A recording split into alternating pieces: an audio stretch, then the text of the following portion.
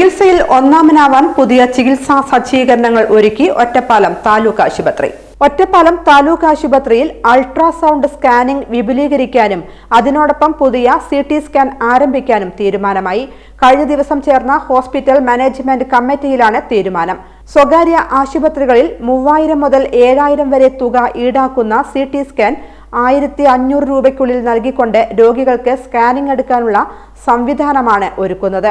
കേന്ദ്ര പൊതുമേഖലാ സ്ഥാപനമായ HLL എന്ന കമ്പനിയുടെ മെഷീനറികൾ ആയിരിക്കും ഉപയോഗിക്കുക.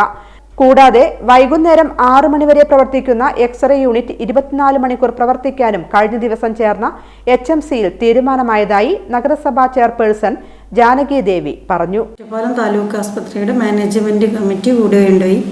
നമ്മളവിടെ CT സ്കാൻ തുടങ്ങാനും അതേപോലെ തന്നെ അൾട്രാസൗണ്ട് സ്കാനിംഗ് വിപുലീകരിക്കാനും തീരുമാനമായി.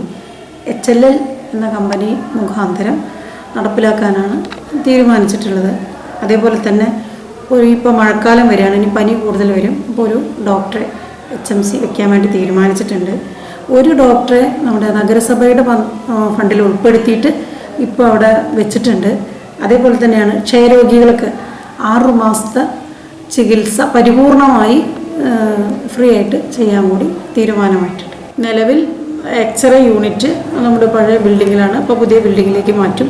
24 മണിക്കൂറും എക്സ്റേ അവിടെ അതിൻ്റെ സൗകര്യം ഏർപ്പെടുത്തുന്നതിന് വേണ്ടിയിട്ട് തീരുമാനമായിട്ടുണ്ട്. എക്സ്റേ അവിടെ 6 മണി വരെയാണ് പ്രവർത്തിക്കുന്നത്. 24 മണിക്കൂർ പ്രവർത്തിപ്പിക്കാൻ വേണ്ടിയിട്ട് തീരുമാനമായിട്ടുണ്ട്. ക്ഷയരോഗികൾക്ക് 6 മാസത്തെ സൗജന്യ ചികിത്സ നൽകാനും HMCയിൽ തീരുമാനമായിട്ടുണ്ട്.